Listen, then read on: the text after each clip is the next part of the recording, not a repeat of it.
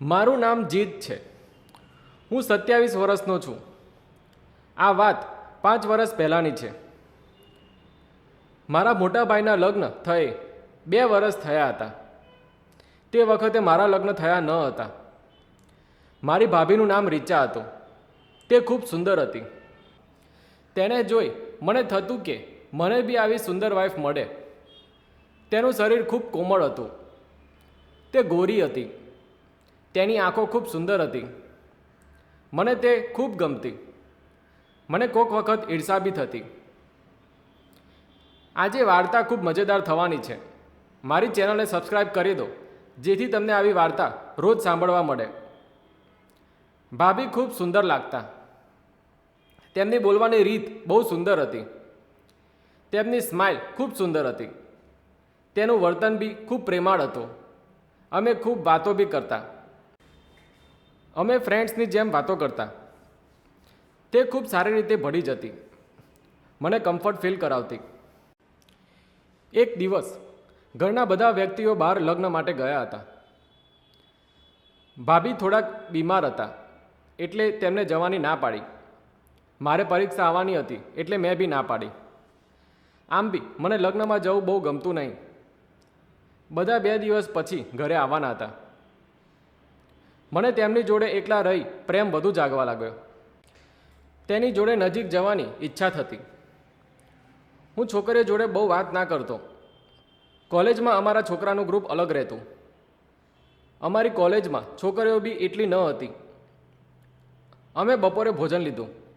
પછી ભાભી તેમના રૂમમાં ગઈ અને હું મારા રૂમમાં ગયો. થોડી વાર રહી હું ભાભીના રૂમમાં ગયો. મેં કીધું કે મને એકલું લાગે છે, ઊંઘ બી નથી આવતી. તેમણે કીધું કે એવું હોય તો મારી જોડે સૂઈ જા. હું જોડે સૂઈ ગયો. મારા મનમાં અલગ વાવાઝોડું ચાલવા લાગ્યું. પછી મેં તેમને કીધું કે તમે ખૂબ સુંદર છો. તે હસવા લાગી. પછી તેમને પૂછ્યું કે તમારે ગર્લફ્રેન્ડ છે? મેં કીધું કે કોઈ નથી. મેં કીધું કે તમે મને મદદ કરશો? તેમને કીધું કે શેની મદદ? મેં કીધું કે લગ્ન પછી શું કરવું એ મને ખબર નથી. મારે એ શીખવું છે. તે ચોંકી ગઈ. તે બોલી કે તમને આવી વાત કરતાં શરમ નથી આવતી? તેમને કીધું કે તું તારી રૂમમાં જતો રહે. હું ચૂપચાપ મારા રૂમમાં જતો રહ્યો. હું ડરી ગયો. 2 કલાક પછી તે મારા રૂમમાં આવી. તે મારી બાજુમાં સૂઈ ગઈ. હું કંઈ ના બોલ્યો. પછી તેમને કીધું કે નારાજ છો?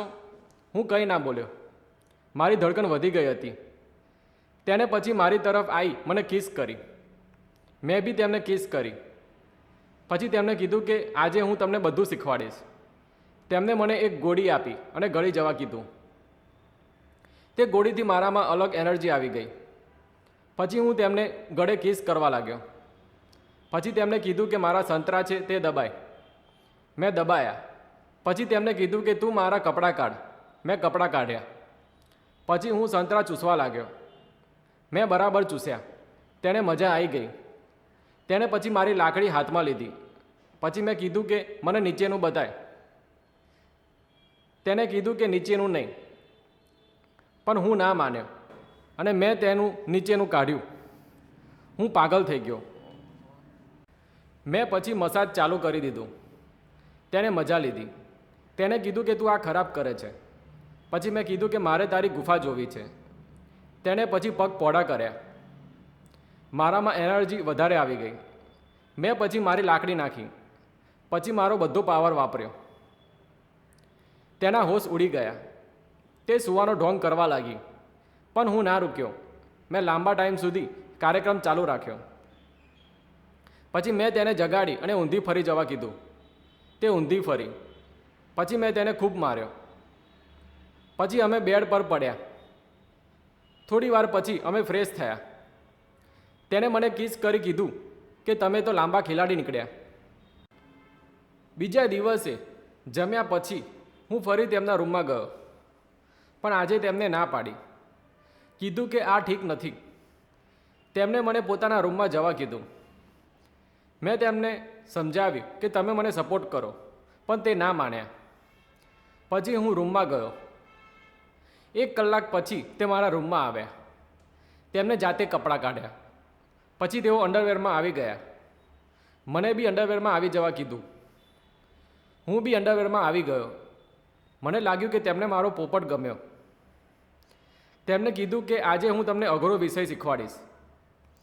તેમને મારી લાકડી પકડી. મેં તેમના સંતરા ચૂસ્યા. પછી મેં તેમને આગળ પાછળ શક્ય તેટલા માર્યા. પછી અમે ફ્રેશ થયા. પછી તેમણે મારા માટે ખમણ બનાવ્યા. ખમણ ખાતી વખતે તેમને કીધું કે હવે આપણે આવું કંઈ નહીં કરીએ. હું તમારી ભાભી છું. તમે મર્યાદામાં રહેજો. હું માની ગયો. તેમણે કીધું કે હું તમારું મન સમજી શકું છું. તેમને કીધું કે તમારું નસીબ છે કે મેં આ કર્યું, પણ આ ખોટું છે. મારે તમને શીખવાડવું હતું એટલે મેં આ કર્યું. તમે લગ્ન પછી ગભરાઓ નહીં. મારી સુંદરતા તમને ગમે છે એ મને ખબર હતી, એટલે મેં તમને શીખવાડ્યું અને મારા શરીરનો આનંદ આપ્યો. પણ હવે મને આ રીતે ના જોતા. તમારે મર્યાદામાં રહેવું જોઈએ. અને કીધું કે લગ્ન પછી આવું પરફોર્મન્સ આપજો. અમે જોડે હસી પડ્યા. મને અંદરથી પોતાના કરવા પર બી શરમ આવતી હતી, પણ મેં હવે કંટ્રોલ કરવાનું નક્કી કર્યું. અને મેં કીધું કે ભાભી, હવે તમે ચિંતા ના કરતા, તમે મારા માટે ભાભી જ રહેશો.